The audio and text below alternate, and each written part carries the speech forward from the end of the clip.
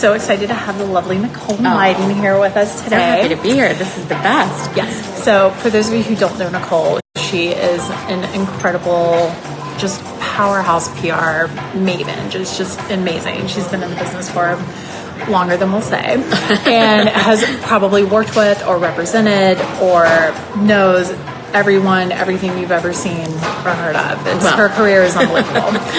And she recently went to Scottsdale and has restarted her own PR business. So tell us a little bit about that. So, like Amy said, we know each other from at least a decade. Yeah, a decade at least. Not going to age us, but I love this woman, and I'm so grateful to be here. I do currently live in Scottsdale, Phoenix area in Arizona, for those of you that aren't familiar, but the breadth of my career was here in LA for about 17 years. I moved there about 2 years ago, and while in LA, I had worked for quite a few of the agencies here, kind of earned my stripes working in the PR world, learning from a lot of other really fantastic publicists in the entertainment industry. I worked in fashion, beauty, health, wellness, everything. And while I was here, when I was 25, I had started my first business. So I ran a small boutique agency here for about 8 years, where I worked with a lot of local LA staples that people would know, restaurants and clothing shops and doctors and lawyers and authors and a little bit of everything. But I took a break around 35 from my own company, and then went through a little bit of a personal struggle, if you will, that sent me to just kind of rewire what I was doing with my career and my path. And ultimately, about 2 years ago, moved to Scottsdale and restarted a business called the PR Concierge, where I consult with purpose-driven brands one-on-one, and also teach modern-day entrepreneurs, like hopefully a lot of you guys watching, how to actually learn how to garner your own press coverage, because it can be really expensive as a business owner to go after all of these assets to your business that you need, and PR and marketing is obviously a huge investment. So the goal is to hopefully reach as many people as possible and teach people, the basic fundamentals to start getting their own press. I love that. So I do think that PR is really misunderstood. And I think there's a lot of confusion about what it is, what it should be doing for you, and what is the purpose of it, and what can it really do for your business, and maybe what is it not? Yes, right. And if you could give us like a top line for that would be great. So it's not social media. PR is not social media. PR is not advertising. That is the number one thing I hear people say, oh, you advertise, you do PR. And I go, nope, not PR at all. So public relations and a publicist's job is to connect a brand or a person or an individual to the media. The goal is to get that third-party endorsement from a journalist. So rather than paying for an advertisement in a magazine and taking out a full-page ad, a publicist helps you actually tell your larger story and more about your mission and your differentiators, and hones in on your product or your service in a different way with the journalist to tell a larger story that will hopefully have an emotional connection to the audience. That's the goal. You want to have that emotional connection, which then would hopefully increase brand loyalty, brand ambassadors, and increase sales and overall brand awareness. And then why is that connection, why is that kind of PR so critical to your brand, to your business, to you as an influencer? Like, why is that key? Yeah, that's such a good question. I personally think that people want to connect with what's real, right? They want to connect with authenticity. I think that we're living in a day and age where there's so many unreal things out there, that we're always saturated with in the social sphere so much. So when somebody can read an article about a person that developed something out of their own personal journey, and that strikes a chord within their soul, at least for me as a consumer, it's going to make me want to buy something. Totally. Right? So I think that as a brand business owner, anything in this day and age, the more realness, the more authentic you can be to really just try to hit that chord with the consumer, they're going to be invested. They're going to not only be invested in the one thing you're selling, they're going to keep coming back for more. Well, and I think that's the thing, is you're setting yourself up in a place where you're not just making a one-hit sale. You are building a community, and you're building a group that is along with you for the whole journey.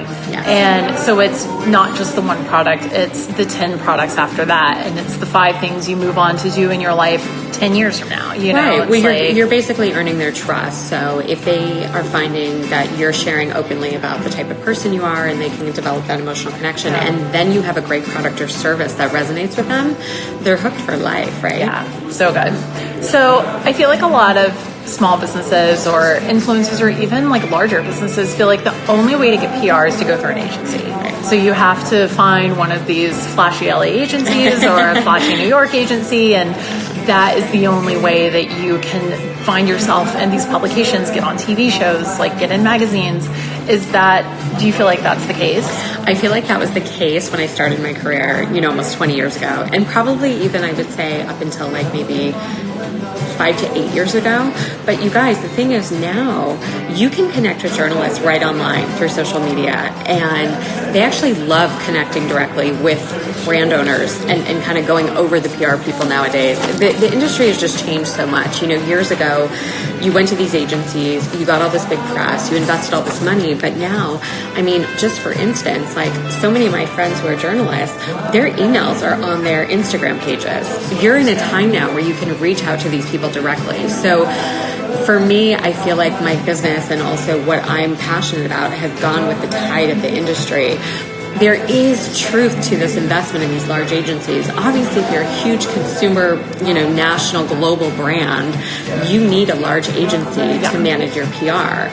But if you're a small business owner or you're a creator or you have something that you've developed and you're just not in that place yet where you can go afford some crazy retainer, you can get so crafty and start figuring out ways to do things on your own. And we can talk through some of that, but I think that, know that you're worthy of it. And just because you don't have an agency representation doesn't mean you can't get press coverage. Yeah. And I think don't be afraid to send someone an email. Don't be afraid to DM them. Don't be afraid to reach out.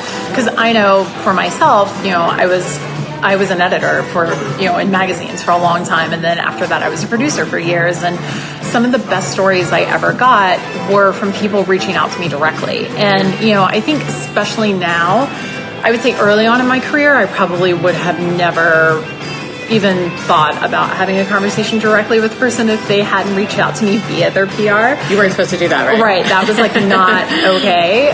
But it has changed so much. Yeah. And now I would almost say the story's better getting it straight from the horse's mouth. Yeah. Because you get a layer of authenticity that you maybe wouldn't get through a big agency, because when you're working with a big agency, obviously they're trying to help you get really polished and be able to fit in a lot of different sorts of publications and a lot of different places. And if it's coming straight from the horse's mouth, then you're getting the real nuts and bolts of that story.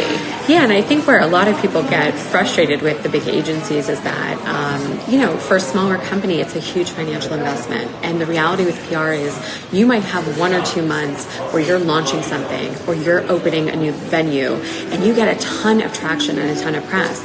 But then you might have a month or 2 where it's quiet. And so you're still required to pay that retainer and you're still investing in the PR based on a contractual agreement. So then, people start saying, oh, I'm paying all this money. What am I getting out of it? The thing is, you have to go into a PR relationship if you're going to work with an agency or a publicist on a retainer basis with a lot of patience. And you have to know that it's a process. And just because you get press 1 minute doesn't mean that every single month you're going to be getting that. You might have a couple of months where it's busier. It might be quiet. But overall, the momentum of it all and the buzz kind of all funneling together is going to keep your brand out there and more viable. And I think that's an easy trap to fall into, especially with social media, because you only see the highlights. You only see those huge gets, and I'm on the Today Show, and I'm featured in Vogue, and all of these things.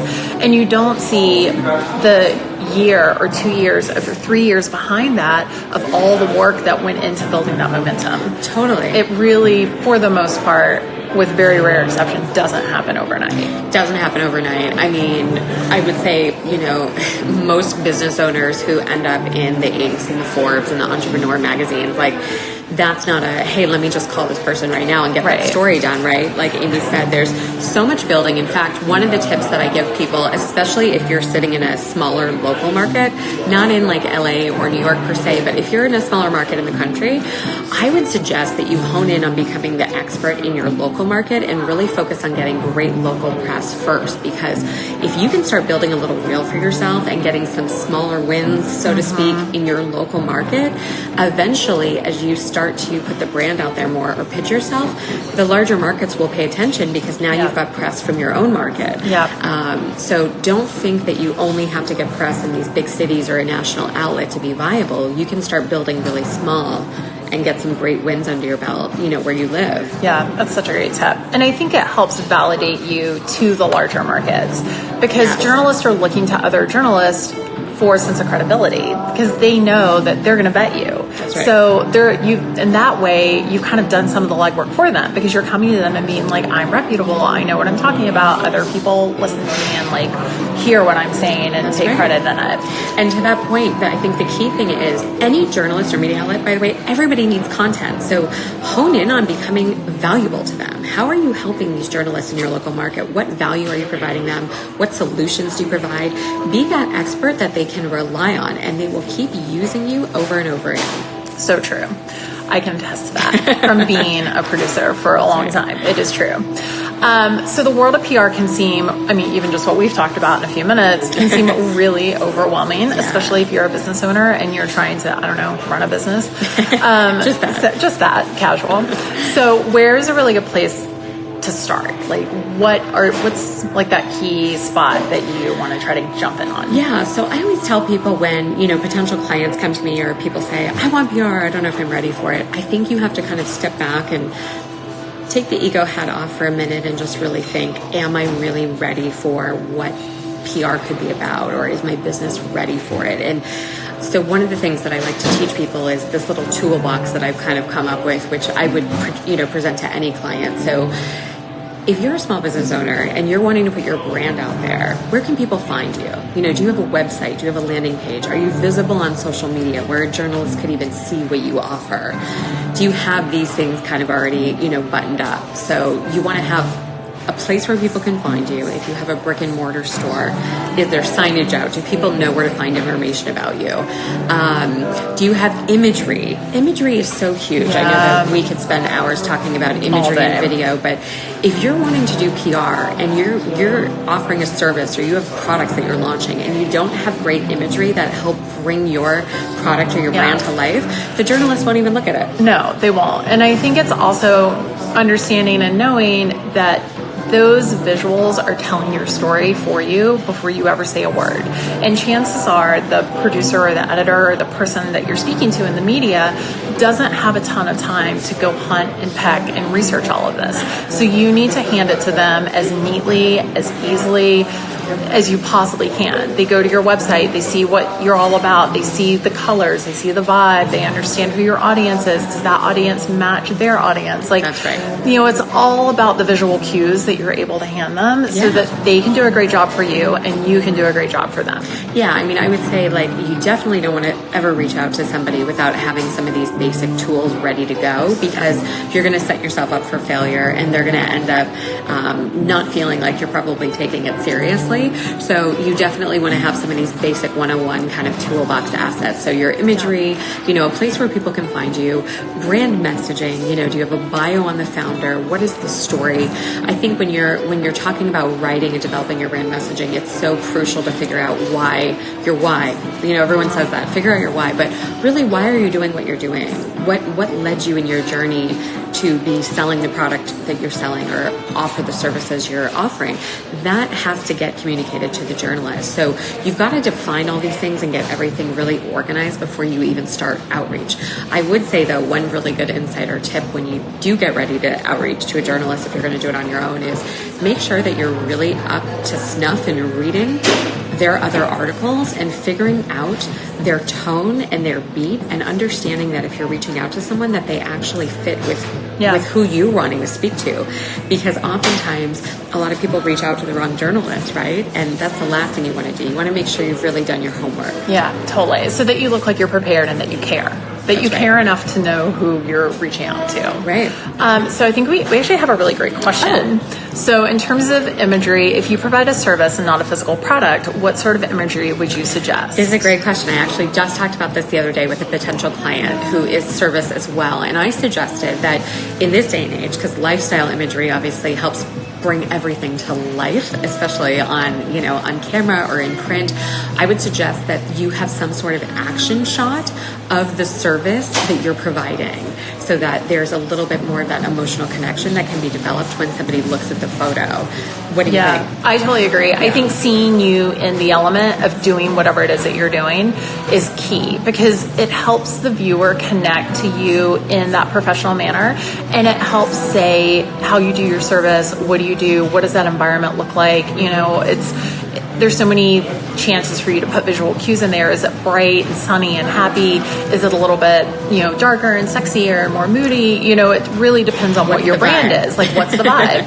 And putting yourself in that place and an action shot gives them a chance to see you do what you do best. That's without being there in the room with you. That's right. Could not have said it better. And also in the photos, another really good tip for everybody is if you're investing with a professional photographer and you're taking photos, you always want to have high-res imagery for journalists or for magazines. They always will request that, so make sure that it's being shot in a way where they're at least 300 DPI and high-res quality, images. And make sure that you get a few shots that are wide that the publication can crop if they need to.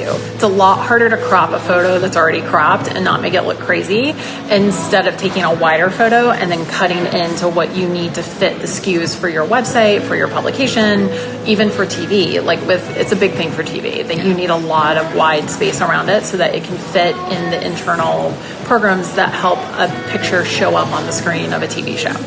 And I would say too, one thing, if you're a small business owner that has like an intern that works for you, or even if you could schedule like 1 hour or 2 hours in your schedule this coming next week, you could just start Googling like your local TV stations, your local newspapers, your local magazines. Nowadays, very different than when we first started out, but now you actually can get access to all the contact information for almost all of the people that you would want to reach out to. So you can go ahead and almost build your own little regional media list on your own.